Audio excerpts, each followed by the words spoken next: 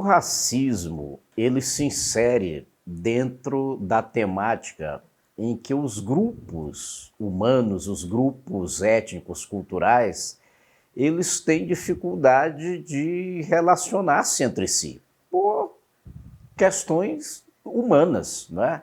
Agora, o agravante do racismo é que o racismo, ele, além de ter esse estranhamento para com o diferente, ele traz uma dimensão de domínio econômico de um grupo sobre o outro, justificado por uma relação de escravidão. E também ele traz uma dimensão etnocêntrica, isto é, um grupo étnico se julga superior e se julga também no direito de escravizar, de explorar e de impor a sua cultura sobre outra.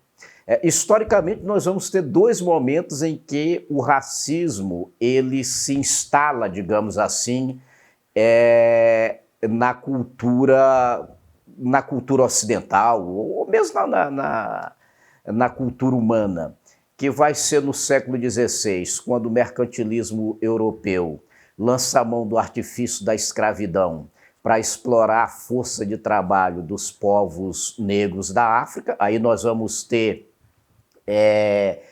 um racismo mesmo, pautado na diferença da cor da pele, não é? E depois, mais tarde, no século XIX, quando nós estamos ali no advento da segunda fase da Revolução Industrial, quando os impérios europeus vão praticamente distribuir o território africano entre eles, em uma conferência conhecida como Conferência de Berlim, em que Bismarck, o imperador alemão, convoca as potências europeias e praticamente dividem o território africano, que os historiadores vão denominar esse momento de neocolonialismo. E para cacifar os impérios europeus, sobretudo de matéria-prima, de metais e etc., para o manejo da segunda fase da Revolução Industrial, esses países europeus eles vão ser colonizados, e uma das justificativas que vão ser utilizadas para legitimar essa segunda dominação europeia sobre a África vai ser exatamente o racismo, no sentido de dizer que os povos negros africanos são povos exóticos, de cultura inferior, e que as nações europeias se viu ali no direito e até na obrigação de civilizar, entre aspas, esses povos, né? Então, na verdade, o racismo ele encontra uma justificativa na exploração econômica nesses dois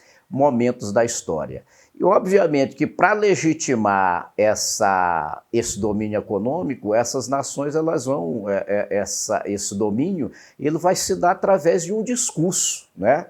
E o discurso da inferioridade civilizacional dos povos africanos em relação às nações europeias. E aí, esse discurso, aos poucos, ele vai se cristalizando nas mentalidades, né?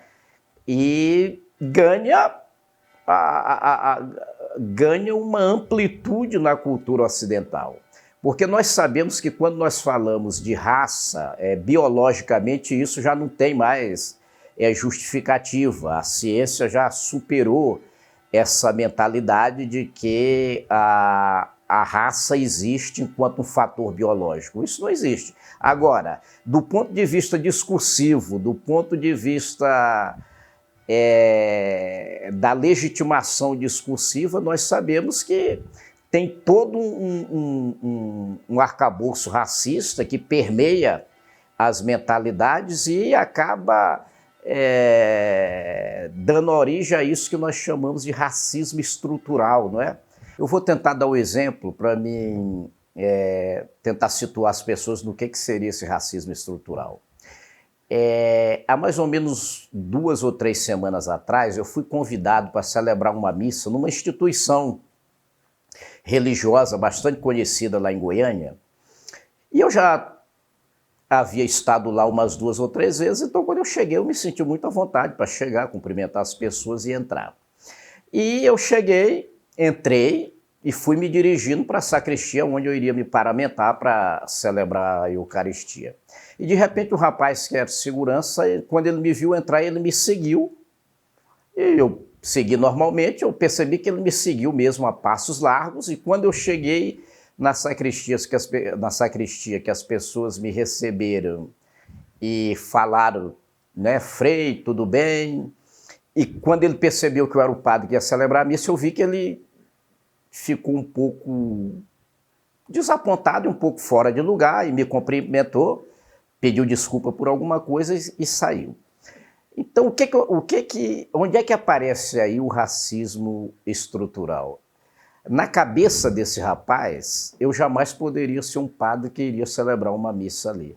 Então, o racismo estrutural, o machismo estrutural é quando nós naturalizamos, dentro dos nossos esquemas mentais, essas atitudes de preconceito, de discriminação, de violência contra um grupo específico. E, obviamente, que isso vai ter origem naqueles 2 momentos que eu falei de domínio econômico de um povo sobre o outro, e também da legitimação de um domínio cultural sobre o outro, através da superioridade, né, da cultura branca europeia sobre os demais povos, mas isso se acentuou mais sobre os povos africanos, porque esses foram escravizados e explorados naqueles 2 momentos que eu falei. Então, nós acabamos tendo essa naturalização dessa relação preconceituosa e discriminadora de um povo sobre o outro.